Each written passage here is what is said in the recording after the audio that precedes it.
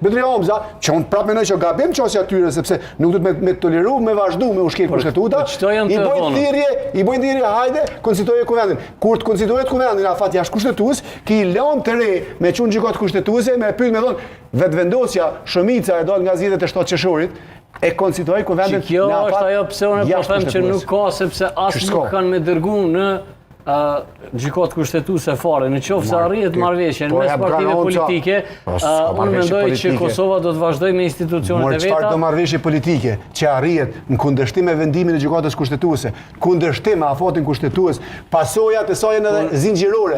Pra prodhon qeveria jashtë kushtetuese, prodhon presidenti jashtë kushtetuese, prodhon ligje, po nuk ka marrëveshje politike.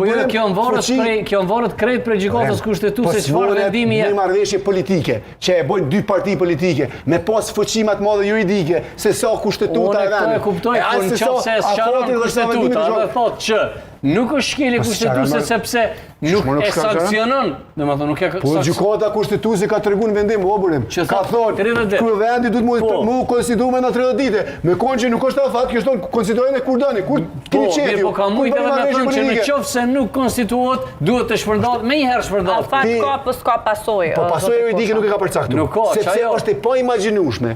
Për edhe për kushtetut bërësit që kanë bukit kushtetut, për vendet demokratike, për vendet normale, që deputetet që kanë dojnë prej zgjedhjeve, mos me konstituu kuvendin, sepse ata hupin mandatin e vet. Është i pa imagjinueshme këto raste, këto gjëra ndodhin veç Kosovës. Veç Kosovës krye me Albin Kurtin, sepse këto gjëra nuk ndodhin. E marr me 2014-ën kur është bëni kryetar